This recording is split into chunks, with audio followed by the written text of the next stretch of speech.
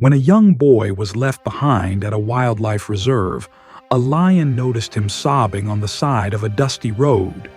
The powerful beast locked eyes with the child, released a thunderous roar, and began charging straight at him. What happened next was nothing short of extraordinary. Scout paced in a slow circle around the boy, whose cries were only getting louder. It was early morning, the sun barely peeking over the horizon, and not a soul was in sight. The massive lion moved back and forth, the cool breeze ruffling through his thick, regal mane. Then he suddenly halted, his golden eyes fixed on the boy. The child's face was puffy and red from crying, his tiny hands trembling. He looked up, wide-eyed, as Scout lifted his head and unleashed a bone-rattling roar, flashing his sharp teeth like a warning on the dusty road. The boy had nowhere to run. Scout roared again, this time louder, and the rage in his gaze was unmistakable. Scout had lived at the reserve ever since he was rescued as a cub by Ethan, a young wildlife ranger. Ethan had found the little lion curled up against his mother's lifeless body, victim to poachers. The cub was too small, too weak to survive alone. So Ethan made a decision that would shape both their lives. He took him in, bottle-fed him through sleepless nights, and became his only hope for survival. Ethan had been working at the reserve since he was 16. He knew how dangerous it was for a wild animal to grow too attached to humans. Scout needed to return to the wild. As soon as the cub was strong enough, Ethan placed him with a lioness who had just birthed her third cub. She was fiercely protective, yet incredibly nurturing, exactly the kind of lioness Scout needed. And Ethan's instincts proved right. The lioness welcomed Scout as one of her own. Over the years, the young ranger watched Scout grow from an orphan cub into a fierce and independent lion. Eventually, like most males, Scout left the pride, embracing a solitary life. Ethan worried, as any caretaker would. The wild, even a protected reserve, was unpredictable. Dominant males could be aggressive. Territorial fights could be fatal. Still, Scout thrived. His strength, fearlessness, and sheer size helped him rise through the ranks, becoming one of the most dominant males in the reserve. Ethan had heard the stories, rumors of brutal battles where Scout emerged victorious. Nature was often cruel, but it was honest. The animals on the reserve lived as they would in the wild, free from poachers and with veterinary help only when absolutely necessary. Many of the animals were endangered. The reserve was their last chance. But no matter how capable Scout had become, Ethan still kept a close eye on him. He had raised this lion. Scout wasn't just another animal to him. He was family. What Ethan couldn't have known, though, was that Scout was about to do something no one could have ever predicted. Despite his rough beginning, Scout had carved out his place, but recent events had put the reserve on high alert. A few breaches in the perimeter fences had allowed illegal hunters to sneak in. No animals had been hurt, yet, but the threat was real. Reinforcing the boundaries became the top priority, and through one of these weak points, Scout would soon encounter a crying child. The lion had just woken up from sleep. The sun had begun to rise, the lion's most active hours. Scout stretched, yawning, his huge frame casting a long shadow. Hunting alone was hard, but he'd adapted. His stomach growled. Time to move. But then, something stopped him. Carried by the wind was a sound, high-pitched, distressed, and a scent, human, but unfamiliar. Scout followed it, alert. Then, on the dirt road ahead, he saw him. A young boy, alone, crying. Scout licked his lips and moved in slowly. The boy sat hunched in the middle of the road, a blue hoodie pulled over his head. He couldn't have been more than 3 years old. His sobs were loud, raw. Scout circled him carefully, eyes never leaving the boy. His behavior was shifting. He paced, agitated, unsure. Then Scout stopped cold. A new scent hit the air. His body tensed, muscles coiled. He sniffed again, fur along his spine rising. He turned his attention back to the child, and then let out a thunderous roar, his teeth glinting in the morning light. The boy froze. His cries stopped instantly. There was fury in Scout's eyes, but the child noticed something strange. The lion wasn't looking at him. He was looking past him, at something else. And then, with explosive force, Scout charged. He sprinted straight toward the boy and leapt over him. Sorry for the interruption. Before we continue with the story, we kindly ask you to like the video and subscribe to the channel. Your support means the world to us. Thank you so much. A deafening thud rang out behind the boy. He turned and gasped. A second lion. The rogue was now pinned to the ground, and Scout was standing over him, roaring, swiping with brutal claws. The clash was intense but brief. The second lion wasn't prepared for Scout's strength. As Ethan drove down the dirt road, completely unaware of the incredible sight waiting just ahead, Scout was still locked in a struggle. The second lion thrashed beneath him, trying to break free. When Ethan rounded the bend and saw the two lions fighting, his heart skipped a beat. That part wasn't unusual. He'd witnessed countless lion clashes before, but what made his stomach twist was the small child sitting just feet away from the chaos. He slammed his foot down on the gas pedal, the Jeep kicking up clouds of dust as it sped toward the boy. At that moment, the second lion wriggled free from Scout's powerful grip and limped away into the bush. Scout, his fur bristling with adrenaline, turned his attention back to the child. Ethan's heart pounded. He loved Scout like no other animal on the reserve. But if the lion had hurt that little boy, it would be catastrophic, not just emotionally, but for the reputation of the entire reserve. Then, something happened that nearly made Ethan crash the Jeep in pure disbelief. Scout lay down beside the boy. The massive lion positioned himself protectively next to the child, scanning the surrounding area for threats.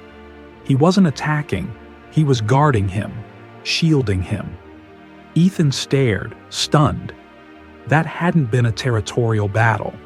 Scout hadn't been fighting over food. He'd been protecting the child, saving him.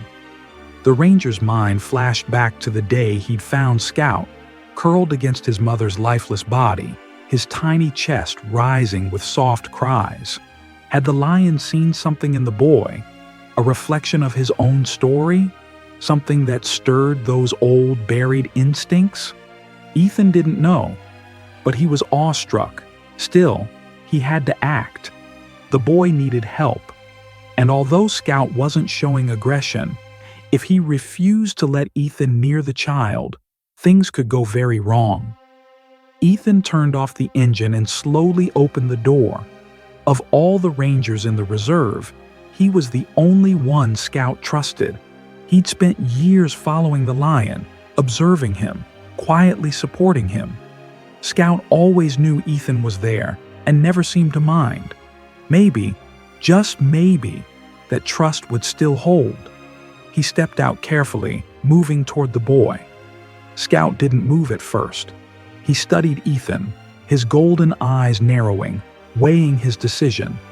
Then, with the slow grace of a king, the lion stretched, rose, and calmly walked away. Ethan held his breath, waiting. He'd passed Scout's test. Once the lion was at a safe distance, Ethan rushed forward and gently scooped the boy into his arms. The child had been calm next to the lion, but now that he was gone, the tears returned. Ethan held him close, heart racing, and made his way back to the Jeep, driving slowly, carefully, mind racing with questions. How had the boy gotten here? Why had he been left alone? And what had just happened with Scout? There was only one way to start getting answers. Check the CCTV footage. Back at the ranger station, Ethan wrapped the child in a warm blanket and gave him something to eat. Then he headed to the security room and pulled up the reserve's boundary cameras. The footage made his heart sink. A battered old car appeared at the edge of the reserve. Behind the wheel was a young man. A woman stepped out, holding a small child, David. She looked around frantically, searching, then seemed to spot a gap in the fencing. She squeezed through with the boy and gently placed him on the dusty track where Ethan had later found him. Then she kissed him on the forehead. A tender, heartbreakingly loving kiss. She turned and walked back to the car. Seconds later, they were gone. Ethan watched, unable to speak. The boy looked after them, confused, alone. The kiss had shaken him the most. It wasn't cold or cruel. It was full of love. Whatever had driven her to leave him there, she'd done it with tears in her eyes and love in her heart. Maybe she thought someone would find him quickly. Maybe she thought this wild place, this protected place, offered more hope than the world outside. Ethan didn't have all the answers, but he knew one thing. He had to help this child. Later, once David was calm and had eaten, Ethan sat with him to try and learn more. The boy was still scared, but when asked, he quietly said his name, David. It was time to call the authorities. As Ethan waited for them to arrive, he watched the boy curiously nibble on a sandwich. The ranger's mind wandered. He had rescued Scout as a cub. Now, that same lion had protected a child, almost as if life had come full circle. Scout had Ethan. But who would David have once he left? Ethan thought of the villagers. Many lived in deep poverty, and raising a child could be too much to bear. Maybe desperation had driven David's parents to make the hardest choice of their lives. When the authorities finally arrived, David was sitting on Ethan's lap, giggling at animal videos on his phone. Every so often, the boy would point outside and shout, "Lion!" followed by a fierce little roar that made Ethan laugh out loud. The officials explained that if no family could be located, David would be placed in an orphanage. The thought made Ethan's stomach twist. He didn't even think about what he said next. "I'll take care of him," Ethan blurted out. "At least until you find someone." It was impulsive, crazy even. He had no parenting experience. But something in him had already shifted. David had captured his heart, just like Scout had. A few days later, the authorities gave Ethan the news he dreaded. No relatives, no one coming. David would be placed in an orphanage.